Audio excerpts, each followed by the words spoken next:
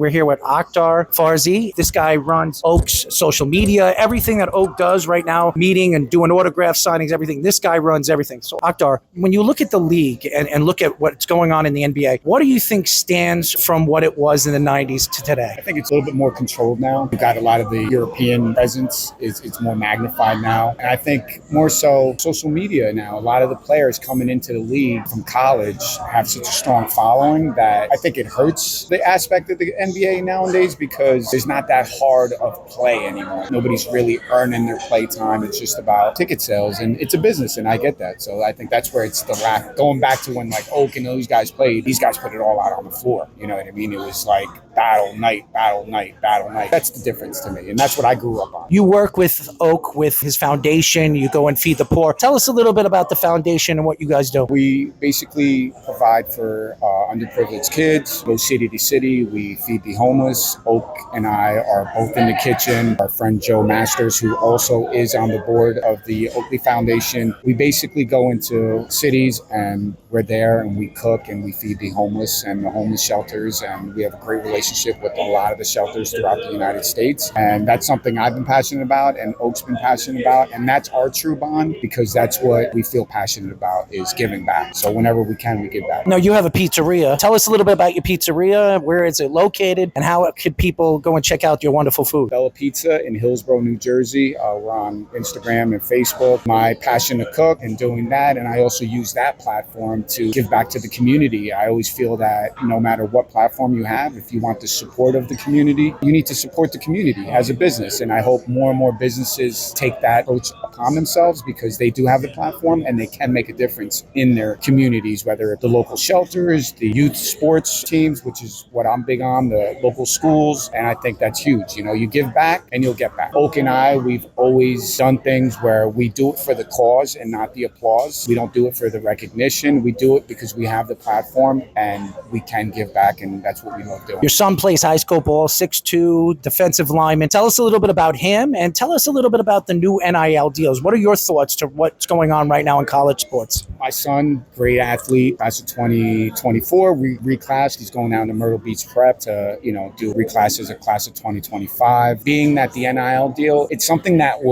should have happened a long time ago. I think a lot of the colleges and their programs are making tons of money off these kids. They're the talent of the pro. Coaches are huge, of course, but I always feel like the coaches are getting these big contracts. The talent, the ticket sales, you're going to buy a ticket to watch a certain player or team play. Why not? Why shouldn't these kids make money and off their likelihood and their brand? Because they're being recruited as a brand and a talent. So once you get to that level, it's like, yeah, they should get a piece of the pie. They're entitled to it because they're going in there night in and night out. They're putting their health on the line and they're talented players and they deserve that. So if somebody's making money off your team and is selling your jersey, why aren't you getting a piece of that? That's you. That's your name on the back of that. That's the name your father gave you, and that's you. Mm-hmm. So yeah, your talent, and you worked hard to get to that level, and you should be rewarded. You look at the game of basketball, and we were just interviewing Charles, and you look at the transition, and we all know there's a lot of contradiction of who the greatest basketball player of all time is. Oak and me were talking about Michael Jordan, LeBron James. There's so many comparisons to both of them. I believe there's no comparisons to both of them. What are your thoughts to LeBron James coming out and saying that he's the greatest, KD coming out and saying he's the greatest? Everybody thinks that Kobe's the greatest. Who do you think is the greatest and why? First of all, the debate should never be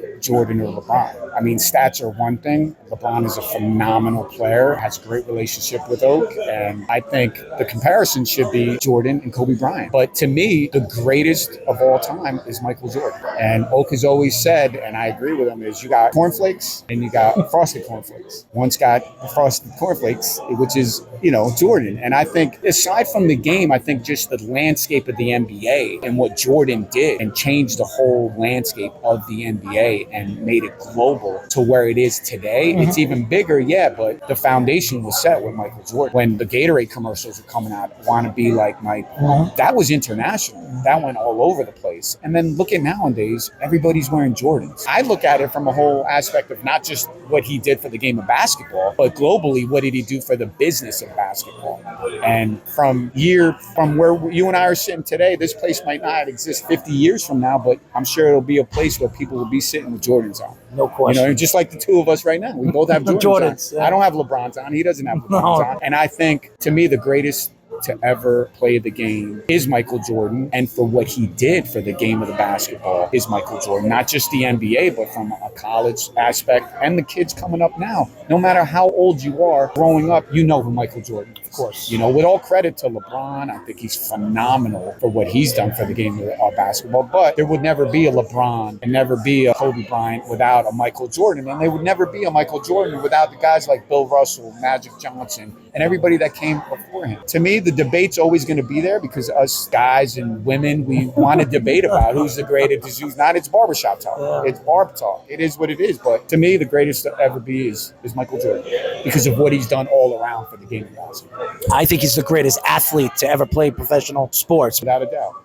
Compare Muhammad Ali, Michael Jordan, Wayne Gretzky, you name all the greats. I think Michael Jordan revolutionized the game. And also, I believe fashion. Fashion has transitioned into Jordan sneakers. Everybody was wearing Jordan sneakers in the 80s and the 90s because Michael Jordan was wearing it. Now Michael Jordan's not even playing, and still people are wearing his sneakers because of fashion. So he's changed the game. Without a doubt. And he's laid the foundation for guys to have their brands. LeBron James, Kobe Bryant. He laid that foundation for those group of guys to come in and say, we can brand ourselves and make money off our own brand. You know what I mean? And that put a lot of pressure on companies like Nike and whoever, Reebok, Under Armour, with Steph Curry and all these guys, to give them a piece of the pie and say, we're going to brand you and you're going to have your own brand, which is phenomenal. And I think, you know, you need somebody great to lay a foundation for you in any aspect of life. And I credit Oak. I've learned a lot from him. He's a lot older than me, but, you know, I look at him as a friend, a big brother, because he's taught me a lot when it comes to business and just life. And I try to pass that on to my friends, and more importantly, my best friend, who's my son. And I'm grateful. Well, I'm grateful for everything that you and Oak are doing right now, not only for the public, for the poor, everything that's going on in the world, with all the craziness going on in the world, presidency and political, everything. You have to look at the big picture, and there needs to be good people. And you're absolutely right. And Oak and I always believe that there's plenty of humans, but the lack of humanity is scarce nowadays, you know what I mean? And we try to instill hope wherever we can. If we come to an event and he can change one or two people's lives when he leaves here from what he says or gives some advice, you've done your job for the day, you know what I mean? And we keep it moving. We keep, you know, giving back, and that's what we're all about. Well, we really appreciate your time. As always, keep up the good work, and we'll talk to you soon. I appreciate it.